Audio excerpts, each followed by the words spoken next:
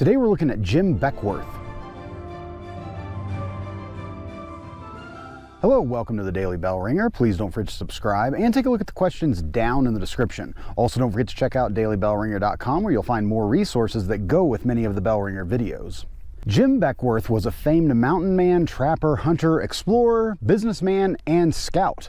Beckworth has been hailed as an African-American pioneer who aided in the expansion of America to the west and helped establish trails that thousands of Americans would follow to their manifest destiny. James Beckworth was born into slavery on April 26th in either 1798 or 1800 in Frederick County, Virginia.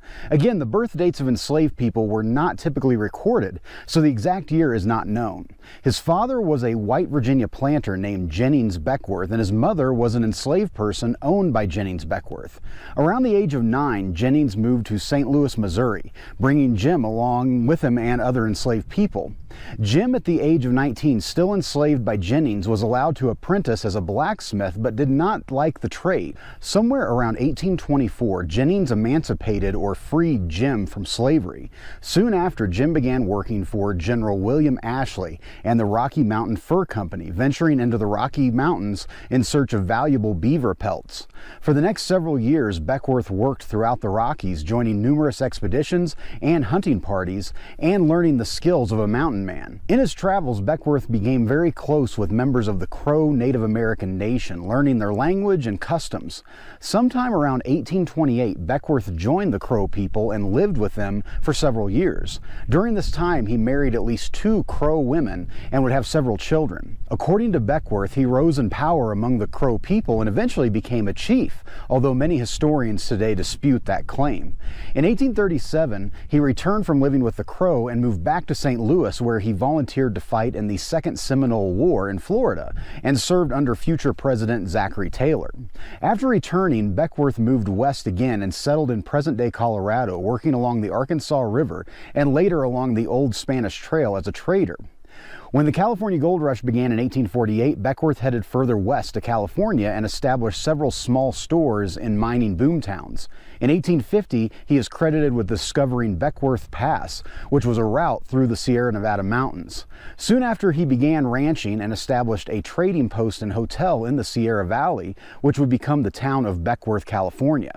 While operating the hotel, a man named Thomas Bonner stayed in the hotel, and Beckworth told him his life story. Bonner wrote down the story and then edited the story, and it was made into a book published in 1856 entitled The Life and Adventures of James P. Beckworth.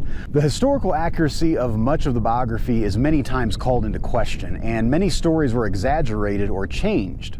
Nonetheless, the book made Beckworth into a widely known and acclaimed mountain man and explorer. In 1859, Beckworth left California and moved back to Denver, Colorado, where he was hired by the U.S. government as an Indian agent whose job was to communicate and facilitate adoption of American ways by Native Americans in the area. By 1864, Beckworth was hired by the U.S. Army as a scout for the 3rd Colorado Cavalry. The cavalry embarked on a campaign fighting the Cheyenne and Apache in the region. In November of 1864, the 3rd Colorado Cavalry killed close to 160 members of the Cheyenne in what is known as the Sand Creek Massacre. It is unknown as to the extent to which Beckworth was involved in the massacre, although the Cheyenne were outraged with him and stopped all trade with Beckworth. Now in his 60s, Beckworth returned to trapping and the mountain man life. In 1866, the U.S. Army again hired him as a scout during Red Cloud's War, in which U.S. troops were fighting alongside members of the Crow against Lakota and Northern Cheyenne in present-day Montana. While leading troops to join a Crow band of warriors, Beckworth began to complain of terrible headaches. By the time the troops reached the Crow village, the headaches had become worse. Beckworth soon died somewhere between October 20th and the 30th of 1866 at the Crow village at the age of 66 or 69. He was buried near what is today Fort Smith, Montana. In the century to follow, Jim Beckworth has been honored as a prominent explorer and pioneer that helped shape the western expansion of America.